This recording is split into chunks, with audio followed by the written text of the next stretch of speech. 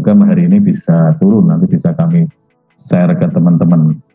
Ya, jadi langsung saja ke ini pas foto ya. Persyaratannya apa sih nanti ketika masuk ke SSCSN?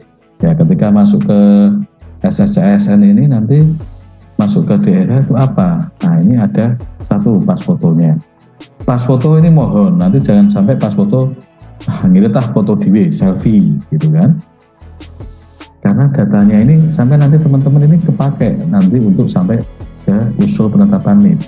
Jadi bukan pas fotonya ini pas foto digital maksudnya ya. Jadi nanti berharap benar-benar kualitasnya yang bagus fotonya. Kemudian memakai pakaian formal, latar belakangnya merah. Kemarin masih ada pas waktu pelamaran latar belakangnya macam-macam, ada merah, ada hijau, ada biru dan lain sebagainya. Ini intinya merah. Kemudian ada rasio 4:6, posisinya portrait, kemudian format filenya JPEG atau JPG dan ukuran filenya menyesuaikan ya, jadi menyesuaikan nanti seperti apa di SSCSN. Kalau kecil-kecilan ukuran filenya nanti juga tidak akan bisa tersimpan. Kalau kebesaran juga nggak bisa, tapi rata-rata semua ukurannya antara 1 mega sampai 2 mega. Itu satu pas foto. Kemudian yang kedua, ini scan berwarna ijazah asli. Jadi kemarin ini pengalamannya adalah ini scannya sudah ijazah asli, namun di scannya itu di grayscale. Ya, ketika di grayscale ini kan akhirnya nggak kelihatan ini memang asli apa tidak. Nah, ini mohon nanti semua dipastikan lagi bahwa ijazahnya di scan-nya adalah yang berwarna dengan grayscale sesuai formasi yang dilamar. Kemudian yang poin B, jika ijazahnya yang di S1-nya yang sesuai formasi dilamar, jadi ini sesuai aja. Kalau memang nanti D3 ya berarti D3-nya aja. Tapi kalau kemarin memakai S1-nya, ini kalau sebelumnya memang punya D3, jadi lanjutan atau penyetaraan, ini disertakan ijazah D3-nya. Kemudian yang punya profesi, misalnya ada nurse, apoteker, dokter, dan spesialis, ini mohon melampirkan dua-duanya. Jadi nanti digabung ya, filenya nanti digabungkan antara ijazah S1, kemudian dan profesi. Ya, dalam format PDF. Ukuran filenya nanti ketika masuk SSCN nanti akan terlihat berapa maksimal 1 mega atau 2 mega. Yang poin ketiga ini juga sama, lanjutannya adalah transkrip nilai asli. Ya, jadi kalau memang sama kayak tadi, kalau memang sebelumnya S1-nya adalah linear, adalah lanjutan dari pendidikan sebelumnya disertakan. Jadi kalau memang punya profesi juga dilampirkan dua-duanya, transkrip S1 dan transkrip profesinya. Ya, jadi jangan sampai ini nanti yang di-scan adalah fotokopi legalisir, yang di-scan adalah scan aslinya yang berwarna. Yang poin 3 ini, transkrip ini juga dijadikan satu dalam format PDF sesuai ukuran di SSCSN juga.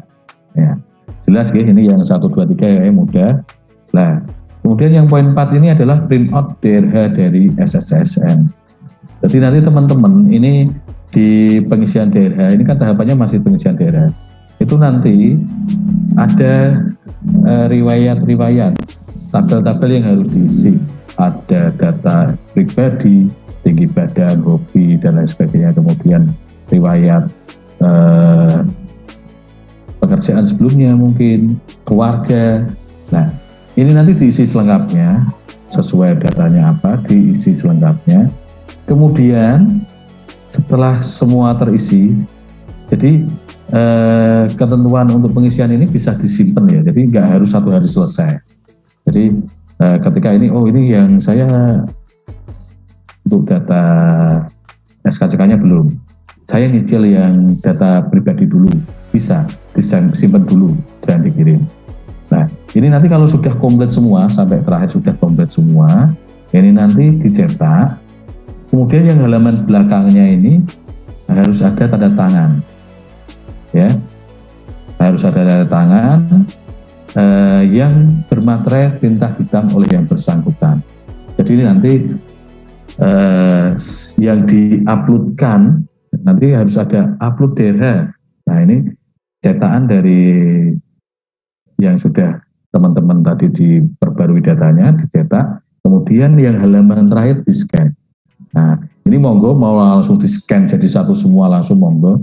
Nanti kalau ukuran filenya SSCN menyukupi, langsung di-scan semua berapa halaman. Kayaknya ada beberapa halaman, 5 lebih lah. Tapi kalau nanti kok ukurannya kebesaran, nah yang di-scan hanya halaman terakhir aja yang tanda tangan materai. Yang halaman awal sampai itunya kan pakai file aslinya tadi yang downloadan masih bisa. Nanti disisipkan hanya halaman belakang. Itu teman-teman saya yakin ini banyak yang muda-muda juga pasti banyak yang bisa, yang istilahnya menggabungkan dua file.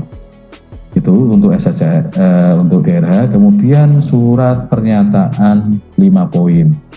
Ini kayaknya sudah ada formatnya, nanti contohnya tinggal diisikan data pribadinya, kemudian dibuatnya pada rentang tanggalnya antara pengisian daerah ini 12 Januari sampai 5 Februari.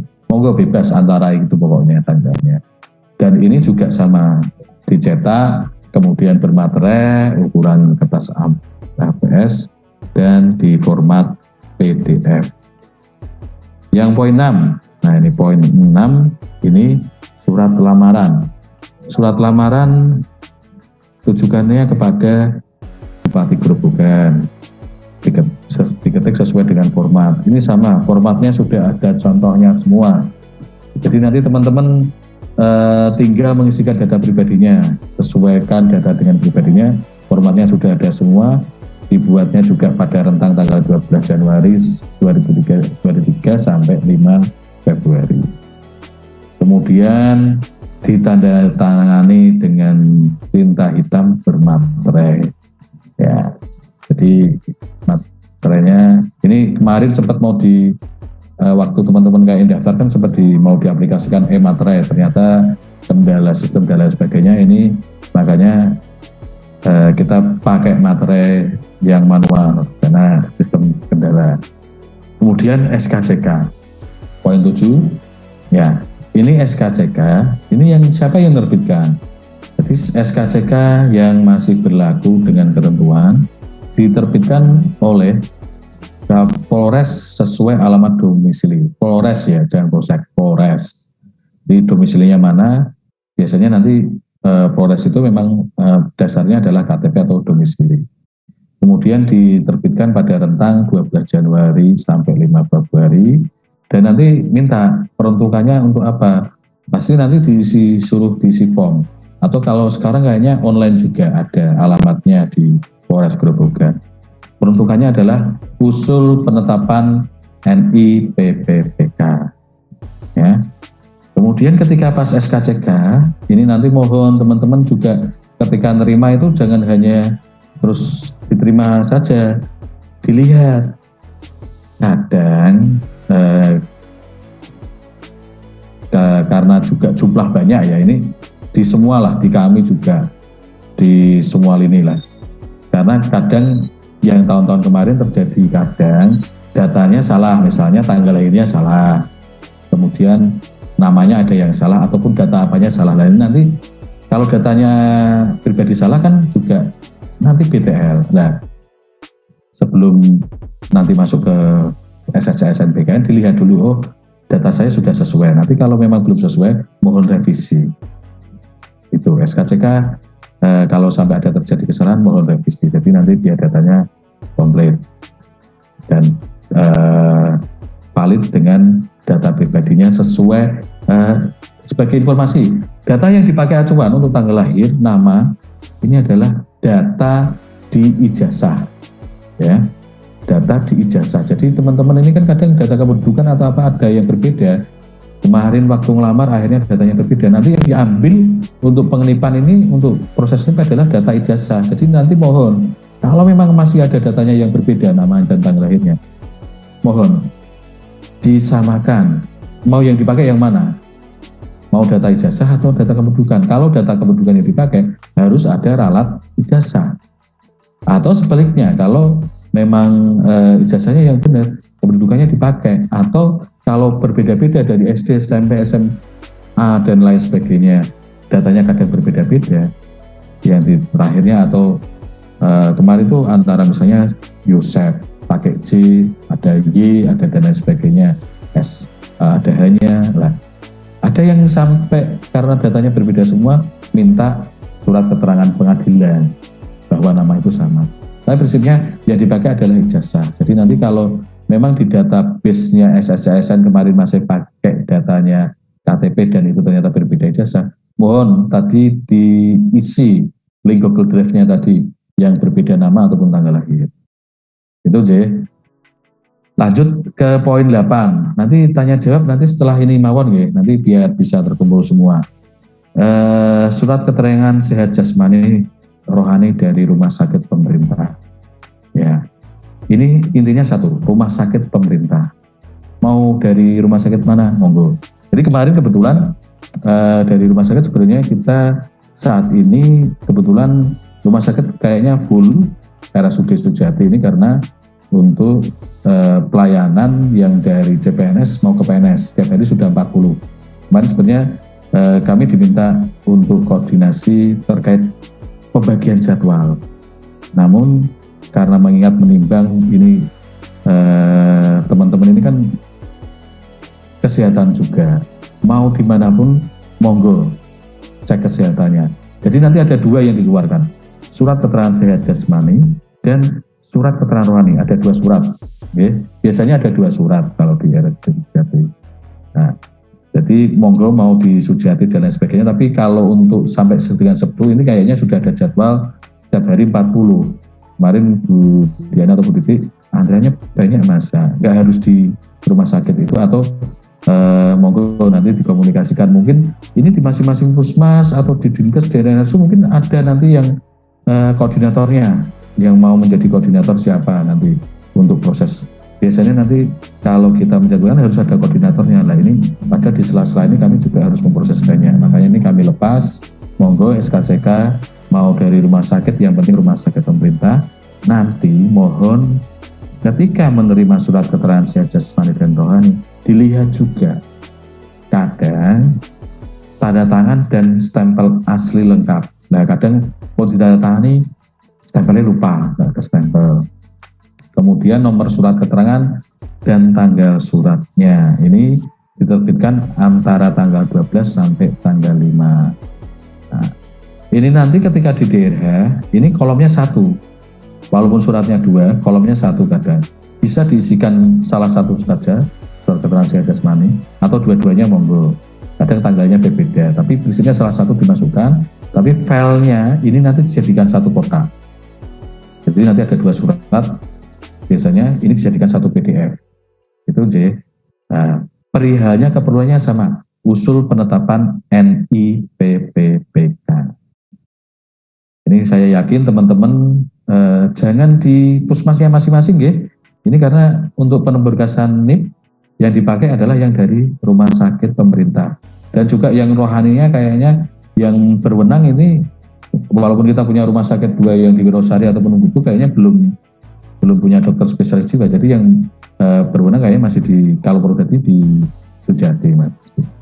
Kemudian yang poin 9 ini adalah surat keterangan tidak mengkonsumsi atau menggunakan narkoba psikotropika, ya. Ini sama, ini perihalnya sama, intinya usul penetapan NIPPK dengan tadi. Pokoknya teman-teman ketika melihat mencari berkas atau surat dari institusi manapun, mohon dilihat ya, tanda tangannya sudah komplit belum, stempel aslinya sudah lengkap belum, terus datanya teman-teman itu sudah sesuai belum. Kadang datanya berbeda juga namanya, nanti kalau namanya tidak sesuai kan juga nanti BDL. Nah, ini nanti ada nomornya yang harus. Jadi tadi ada surat SKCK, kemudian surat sehat jasmani rohani, surat narkoba. Ini nanti dipakai di pengisian DRH. Nanti pas pengisian DRH nanti ditanyakan nomornya berapa, tanggal berapa dikeluarkan suratnya itu, kemudian dokternya siapa. Biasanya seperti itu. Ini poin 9, kemudian lanjut ke poin 10J. Poin 10 ini ada surat rekomendasi pengalaman kerja dan berkinerja baik. Ini dengan ketentuan satu dapat menggunakan surat rekomendasi sebelumnya pada seleksi administrasi. Nah, jadi ditambahkan, jadi yang kemarin dipakai monggo bisa. Kemudian ditambahkan dengan SK awalnya, SK pengangkatan pertama sampai dengan terakhirnya sebagai tenaga wiyata, kontrak ataupun honorer apapun namanya lah. Ini nanti dijadikan satu file. Oke. Jadi surat rekomendasi keterangan baik ini dan juga surat SK-nya, SK kontraknya, monggo nanti dijadikan dari awal sampai akhir jadikan satu PDF. Ini kira-kira syarat-syarat secara umum ini teman-teman. Jadi nanti kalau ada perbedaan data, tanggal lahir, wajib. Ini nanti kalau sampean Pak ini beda, wajib ya. Nama, tanggal lahir, wajib. Sama dengan ijazah. Nanti kalau beda dengan SSN, mohon laporkan. Nanti kami akan usulkan ke BKN untuk berubah sesuai dengan ijazahnya. Nah, jadi kalau dan KTP-nya juga dirubah nanti, disesuaikan dengan ijazah. Karena sebagai dokumen pendukungnya nanti kan juga biar konsisten kan KTP-nya ataupun semuanya lah dokumen pendukungnya juga nanti karena ini nge-link ya, data SSN ini nge-link ke datanya Dukcapil juga.